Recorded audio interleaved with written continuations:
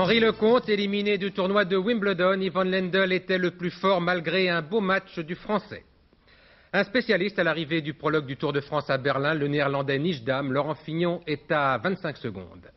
L'Europe entre l'accord et le compromis, le sommet des chefs d'État et de gouvernement s'est conclu sur une entente agricole entre la France et l'Allemagne. Pas de véritable progrès pour le reste. Une journée supplémentaire de détention pour Marcel Carton, Marcel Fontaine, Jean-Paul Kaufmann, Jean-Louis Normandin d'Antenne 2 et Roger Hawke. Les otages français au Liban n'ont toujours pas été libérés. Madame, Monsieur, bonsoir. Il n'y a donc plus de Français sur le gazon de Wimbledon. Henri Lecomte n'a pu résister à la mécanique d'Ivan Lendl. Un beau match néanmoins pour Lecomte, mais insuffisant face aux Tchécoslovaques qu'il a emporté en 3-7. Voici les moments vraiment décisifs de ce match tels que les a recensés Dominique Leglou. Question, est-ce Lendl qui est trop fort ou Lecomte qui manque les balles qu'il ne devrait pas manquer? Exemple, tie-break du premier set. Lecomte est mené 6-5, il sert pour sauver ce premier set. Sa première balle est trop longue. Sa deuxième, trop courte, échoue dans le filet. Une double faute qui lui coûte le premier set. Lendl, lui, ne fait pas ce genre d'erreur, mais c'est vrai, il est numéro 1, ne l'oublions pas. Aussi, lorsque Lecomte menait 1-0 en début de deuxième set, sert et perd son service, ce sont peut-être les retours de Lendl qu'il convient d'admirer. Parce qu'Henri ne joue pas si mal que ça. Pour un homme qui n'a disputé que 5 tournois cette saison, qui a subi une intervention chirurgicale et qui se bat. Seulement en face, il y a Lendl. Et le malheur pour Lecomte, c'est qu'il réussit quelques retours de service sur des points qui, hélas, ne sont pas décisifs. La rage de vaincre est incomplète. Et puis, j'allais oublier l'essentiel, les services de Lendl. En voici 2 dans le deuxième tie-break, celui du troisième set. Rien à faire pour les ramener. En revanche, c'est un des exercices où excelle Ivan Lendl. Et oui, Henri. Résultat, 2 heures de match et une victoire en 3-7, 7-6, 6-3, 7-6 pour le grand, le très grand Ivan Lendl. Et la façon dont il a joué aujourd'hui, c'est vraiment parfait. Il y a pas... Moi, j'essaie de lui barrer la route et j'ai pas réussi, mais bon... J'ai fait le maximum. Peut-être que si en servant un peu mieux, peut-être que si en retournant une ou 2 fois de plus, j'aurais peut-être pu gagner, mais avec des si, on fait beaucoup de choses. C'est un quasi-inconnu qui endosse le premier maillot jaune du 74e Tour de France. Le Néerlandais Nijdam est inconnu du grand public, mais c'est quand même un spécialiste des prologues, tel que celui qui se courait aujourd'hui à Berlin. Déception en revanche pour Laurent Fignon, le Français relégué loin derrière, mais ce n'est que le début du tour. Patrick Naff. À droite de Bernard Hinault, le premier maillot jaune du Tour de France 87. Il est hollandais, il s'appelle Jelle Nijdam. Un habitué des contre-la-montre, celui de Berlin est son 4e succès de la saison et sans doute le plus important. Il a couvert les 6 km 100 de ce prologue à plus de 51 km/h de moyenne. Il bat le Polonais Piasecki et l'un des grands favoris de ce tour, l'Irlandais Stephen Roche, qui a fait beaucoup mieux aujourd'hui sur ce premier test que les autres vedettes comme Sean Kelly, qui devance de 18 secondes, mais aussi que Laurent Fignon, à 30 secondes du vainqueur. Fignon, qui ne parvient toujours pas à convaincre dans cette épreuve depuis le début de la saison, souffrait, paraît-il, d'un rhume. C'est un prologue spécial où j'ai pas pu m'échauffer correctement à cause de ce circuit en ville où on a une petite zone d'échauffement où les gens traversent tous les 100 mètres. On me dirait c'est la même chose pour tout le monde, mais moi j'ai besoin de beaucoup d'échauffement pour faire une distance pareille et ça ne m'a pas bien réussi. Thierry Marie, avec son super vélo, termine 9e, juste derrière Jean-François Bernard, le premier Français aujourd'hui.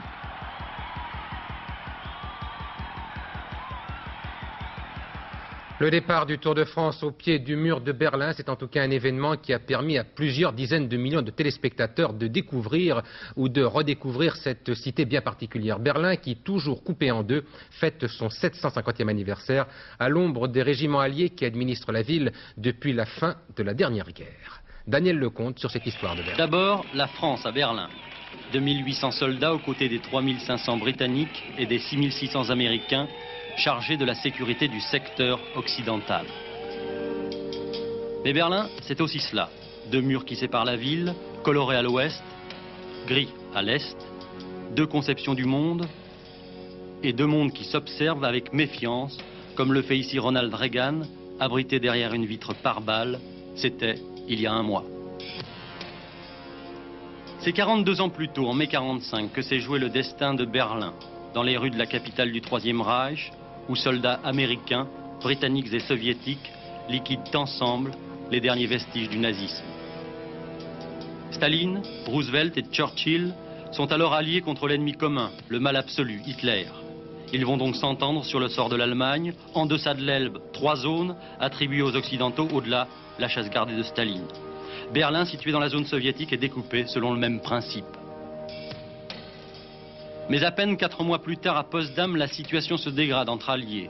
Moins de concertation sur le terrain entre les deux camps, les 4 secteurs autonomes se transforment en 2 républiques ennemies campées sur leur position et incarnant la division du monde en 2 blocs.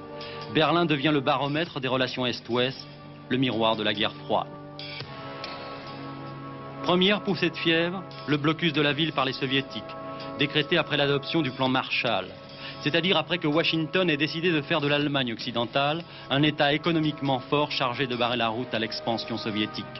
Les voies d'accès sont bloquées par Staline, Truman riposte par un pont aérien, 270 000 vols en tout. 1 an plus tard, le blocus est levé. Deuxième poussée de fièvre en 61, la construction du mur, car attirés par la vitrine occidentale, les réfugiés affluent à l'ouest. 3 millions en 10 ans et 15 000 en une seule semaine. Khrouchtchev parle alors de tumeurs cancéreuses à propos de Berlin et recommande l'opération chirurgicale. Résultat, 43 km de mur où chacun s'épie. Le franchir constitue désormais un exploit réussi par 40 000 personnes. 80 trouveront la mort. Ce sera désormais le nouveau visage de Berlin pour 25 ans au moins. Accord in extremis et mitigé la nuit dernière à Bruxelles. La preuve en tout cas que les conseils européens dissimulent toujours quelques ressources de dernière heure. Le problème agricole est donc réglé, à l'exception des huiles végétales entre Paris et Bonn, sous le regard noir de Margaret Thatcher. Mais pour le reste, assez peu d'avancées concrètes, avec d'ailleurs quelques nuances dans l'appréciation globalement positive portée par François Mitterrand et Jacques Chirac sur ce sommet. Nous allons en reparler. Mais tout de suite, le détail de ce qui a été acquis et de ce qui ne l'est pas dans l'accord d'hier soir. Pour cela, Jean-Pierre Métivet. Une nuit de travail à huis clos aura finalement permis de débloquer le dossier explosif des prix agricoles en suspens depuis 3 mois. Dans toute l'Europe, les prix agricoles pour la campagne 87-88 seront gelés à leur niveau de l'an dernier. Baisse des prix en revanche pour les céréales et le oléagineux, dont la production sera contrôlée. Mais les agriculteurs français sont mieux lotis. Pour eux, le prix du lait et de la viande augmente de 2%. Celui des céréales ne baissera que de 3% au lieu de 9%. Cela, c'est la conséquence du compromis intervenu hier soir sur les montants compensatoires monétaires.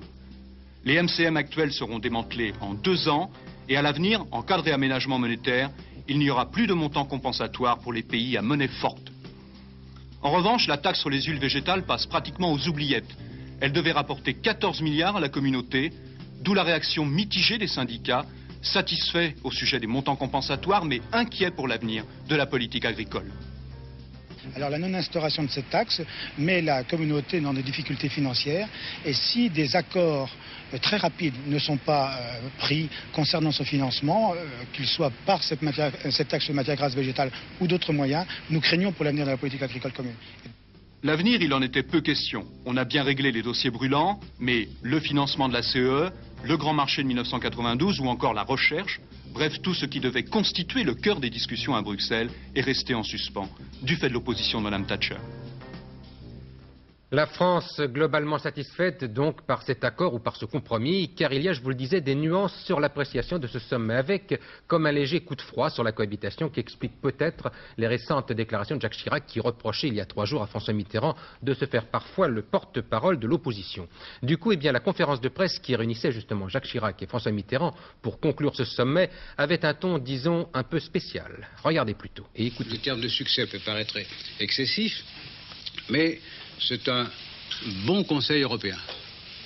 Là, oui, le renvoi à Copenhague d'un certain nombre de décisions n'a pas cependant empêché le Conseil de donner des indications et des directives qui permettent à la communauté de continuer d'avancer dans le sens du marché intérieur européen que vous savez. Monsieur le Premier ministre, vous jugez également que c'est un bon Conseil ? Mais si vous permettez. Si vous permettez, il y a une conférence de presse, bien entendu, M. le Premier ministre est là, et tout à fait normal qu'il en soit levé, mais il n'y a pas 2 conférences de presse à la fois. Donc, nous verrons à nous répartir les réponses. Et de toute façon, il n'y a pas deux avis différents sur des problèmes de cette nature.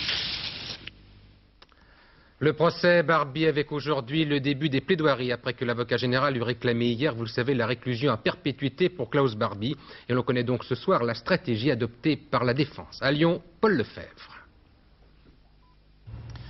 Je me demande bien ce que Barbie, pas trop malade finalement, aurait pensé de cette première audience de défense, par ailleurs remarquablement construite par ses trois avocats. Depuis le début, on dit aux jurés, vous jugez un homme pour ses responsabilités personnelles dans ses crimes contre l'humanité. Mais bien sûr, la notion même de crime contre l'humanité débouche sur le procès du nazisme. Barbie disparaît en quelque sorte derrière la multitude d'exactions qui jonchent l'histoire. Par exemple, Maître Bemba, le Congolais, ouvre le dossier de la construction en 1930 au Congo, par nous les Français, du chantier de chemin de fer du Congo-Océan. Tout y passe, les rafles monstres dans les peuplades pour avoir de la main-d'œuvre gratuite, la faim, les coups, l'esclavage et 60 000 morts, femmes, enfants, vieillards. Cela, bien sûr, ne figure pas dans nos manuels d'histoire. Aussi, les émeutes de Madagascar, 89 000 morts en 1947, un an ou deux après Nuremberg. Partant de là, Maître Bemba dit aux jurés, moi le nègre, la race perpétuellement opprimée, je vous dis que Barbie n'est pas une exception, c'est le fruit des pratiques coloniales puis nazies et qui existent encore. Qui existe encore, ajoute Maître Bouaïta, l'Algérien, par exemple au Liban, Sabra et Shatila, les massacres, dit-il, qu'Israël aurait pu éviter. Là, incident avec les avocats des associations juives qui veulent interrompre la défense, les associations de résistants ne sont pas d'accord, du calme, impose le président. Reste que ce soir, les jurés de Lyon sont bien embarrassés. À l'aide d'une procédure ordinaire, normale, faite pour juger un homme, on leur demande en fait de dire que le racisme est une horreur et qu'un être dans le monde en vaut bien un autre. Comment voulez-vous qu'ils fassent, qu'ils répondent? À moins que ce ne soit pas à eux qu'on s'adresse, mais à vous. François Mitterrand en visite officielle pour 2 jours en Finlande, arrivé tout à l'heure à Helsinki avec la traditionnelle cérémonie d'accueil sous un ciel couvert et sur fond sonore de fanfare. Un voyage toujours intéressant dans un pays qui nourrit des relations bien spécifiques avec son puissant voisin soviétique.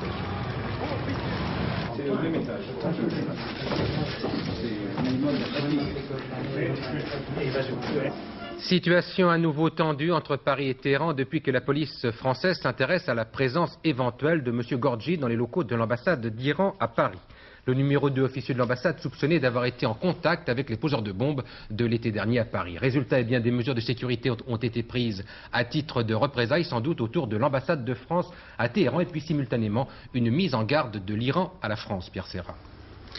Oui, en fait, le message, pour ne pas dire la menace, est tout à fait clair. Si la France, même dans son bon droit, prend des mesures à l'égard des ressortissants iraniens, eh bien, Téhéran ne laissera pas faire. Alors, comment peut-on normaliser dans ces conditions? Il faut le savoir, il y a une certaine différence dans la perception de la normalisation selon qu'on se trouve à Paris ou à Téhéran. Ce qui compte, d'abord, aujourd'hui à Téhéran et à Paris, c'est de trouver le moyen de renouer des relations à peu près normales. Du côté français, on est d'accord avec un souci, en plus, un souci majeur, obtenir que l'Iran, qui détient une clé déterminante, use de son influence sur ses partisans au Liban pour faire libérer nos otages. Côté iranien, c'est la même chose. On est d'accord pour normaliser, on connaît ces conditions, mais en même temps, les mollahs qui gouvernent, finalement, voudraient faire valoir, sinon faire partager leurs options islamistes. Et ça, c'est pas possible, évidemment, et ce sont ces conditions idéologiques qui gênent finalement et qui entravent la négociation, alors qu'on pourrait très bien entretenir des relations normales avec un pays sans pour autant adopter ni partager toutes ces options.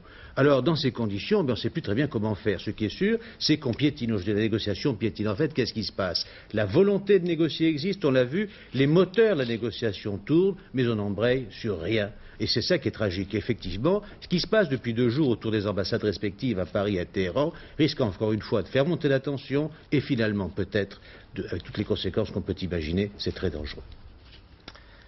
L'enlèvement au Liban du journaliste américain Charles Glass, revendiqué par une organisation jusqu'alors inconnue, l'Organisation de la défense du peuple libre, est toujours le même genre de communiqué affirmant qu'il s'agit d'un espion américain. En Haïti, au moins 4 personnes ont été tuées, une vingtaine blessées au second jour de la grève générale, un mouvement provoqué par la tentative du gouvernement militaire de retirer tout simplement le contrôle des élections à un organisme qui est indépendant du pouvoir. Et puis en Corée du Sud, le président Chon, qui accepte totalement la réforme démocratique proposée par son successeur sous la pression de la rue et de l'opposition, a commencé par des élections présidentielles au suffrage direct. Après le Vatican, la Jordanie, arrivée tout à l'heure de Kurt Waldheim à Amman à l'invitation du roi Hussein. Une réception de chef d'État avec les 21 coups de canon et tout le corps diplomatique. Il faut savoir quand même que la militante anti-nazie Beat Klarsfeld avait aussi fait le voyage d'Amman pour protester contre la visite du président autrichien dont le passé nazi est aujourd'hui mis en cause. Une assemblée générale difficile demain pour les dirigeants de Volkswagen. Difficile et probablement houleuse après la formidable escroquerie qui a coûté près d'1,5 milliard de francs au constructeur allemand. Une enquête judiciaire est en cours et les mécanismes de l'escroquerie n'ont pas encore été totalement démontés. Regardez d'ailleurs l'enquête de Philippe Rochaud en Allemagne.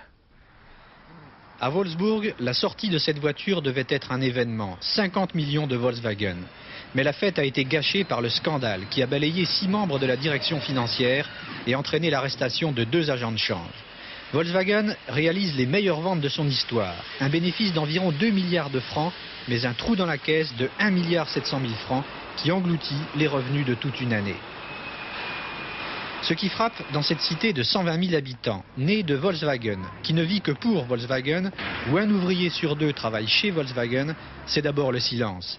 Personne ne met en cause le PDG de la firme, Karl Hahn, ni le reste de la direction financière, qui se cache derrière une production exceptionnelle. Notre force, c'est d'abord une situation économique très favorable sur tous nos marchés, en Europe comme aux États-Unis. C'est que la clé de l'affaire Volkswagen est à Francfort, dans le quartier des banques, qui peuvent faire et défaire la direction de l'entreprise, car elles gardent en dépôt les titres des actionnaires. L'enquête ne met pas directement en cause la direction de Volkswagen, mais la firme automobile a profité du système qui consiste à utiliser des cambistes privés pour ses opérations sur le marché mondial. Tout est venu pour améliorer son profit, étant donné que ces grandes entreprises se sont rendues compte de la marge substantielle que se font les établissements financiers en manipulant les grosses sommes pour lesquelles elles rentraient dans le marché. L'enquête met en cause 2 hommes. Schmidt, agent de change actuellement en fuite, accusé d'une transaction frauduleuse avec la Banque de Hongrie, et Burkhard Junger, arrêté le 5 avril, mais qui clame son innocence. Sa signature aurait été imitée dans une opération de change. La direction de Volkswagen sort jusque-là blanchie par l'enquête, mais cette affaire est un avertissement pour les firmes qui utilisent comme elle des services de change n'appartenant ni aux banques ni à l'entreprise. Voilà pourquoi, à l'exemple de Volkswagen, tous les industriels allemands vérifient aujourd'hui leurs comptes de façon draconienne.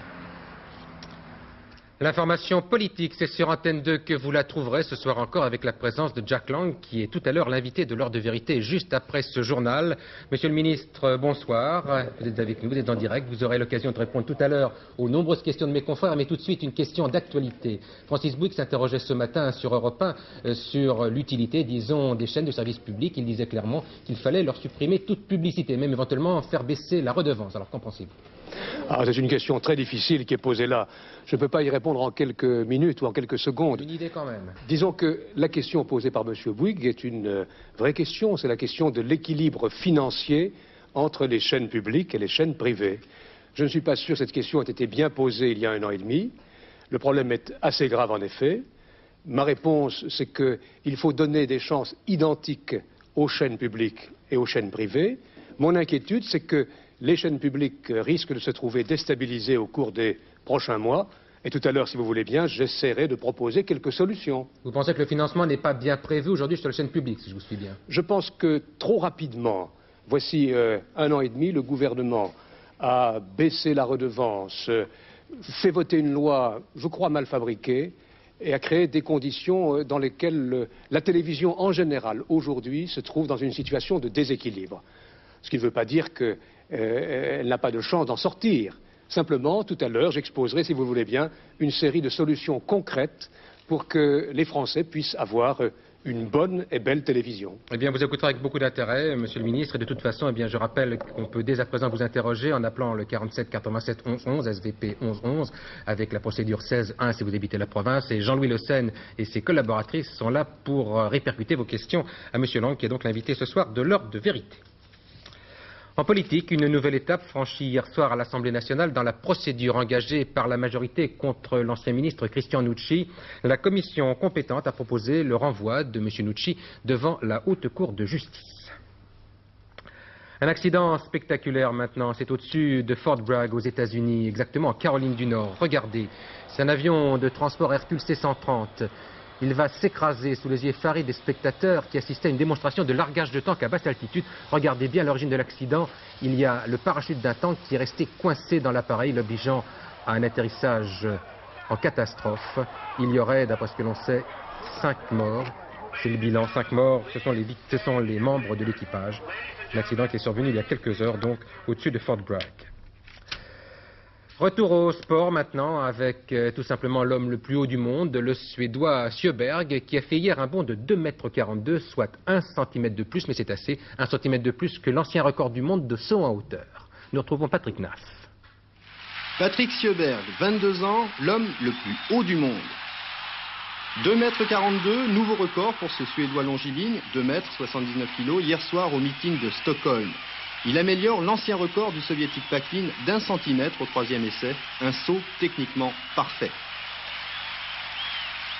Après le record du monde en salle qu'il a réalisé cet hiver avec 2,41 m, Sjöberg s'annonce déjà comme l'homme à battre dans quelques semaines lors des championnats du monde d'athlétisme qui auront lieu à Rome. Avec l'été, voici le temps des festivals et un bien joli programme à Montpellier pour le 7e Festival international de la danse. Ce sera jusqu'au 12 juillet. 4 créations signées de jeunes chorégraphes, une star, Rudolf Nureyev, et quelques noms fétiches comme par exemple Trisha Brown ou Christian Boltanski. Et puis cette année, pour sacrifier à la mode, une ouverture en direction du baroque avec la compagnie Rie et Danserie qui a fait un véritable tabac cet hiver à Paris. Reportage de Yoba Grégoire.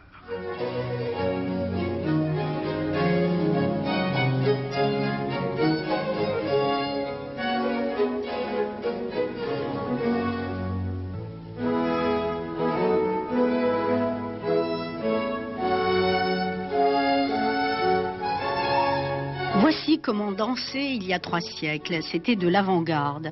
Ce ballet a été créé pour Louis XIV sur une musique de Lully. C'est Francine Lancelot qui a patiemment reconstitué les costumes et les chorégraphies. Quand j'ai découvert le système d'écriture des académiciens de Louis XIV, le système Feuillet, j'ai trouvé ça passionnant et je l'ai déchiffré. Et j'ai découvert une chose tellement originale et tellement riche que ça m'a complètement passionnée. Et j'ai travaillé dessus, j'ai passé une maîtrise et ensuite je l'ai enseigné. Et ça m'intéresse toujours. Autre expérience pour Francine Lancelot, faire danser Rudolf Nureyev sur une suite de Bach. Des menuets, des sarabandes, des courantes, un répertoire baroque, loin des rôles romantiques dont Nureyev a l'habitude.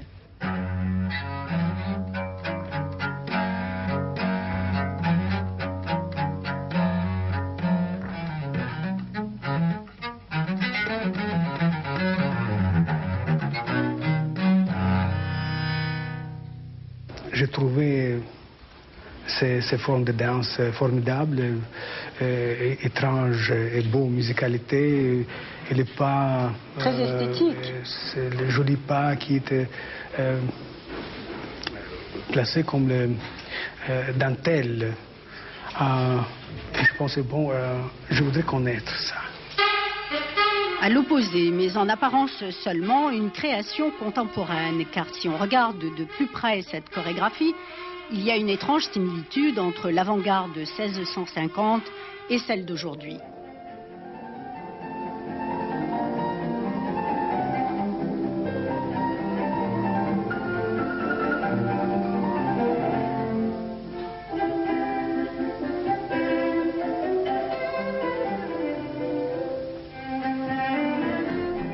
Voilà de la danse aux chevaux avec les pronostics de Pierrette Bresse pour le quartier qui se court demain sur l'hippodrome d'Évry. Vous allez les voir immédiatement. Il y aura 14 partants et Pierrette vous propose de jouer le 12, le 4, le 8, l'As, le 2, le 3, le 5 et le 9. Je vous le répète, 12, 4, 8, As, 2, 3, 5 et 9.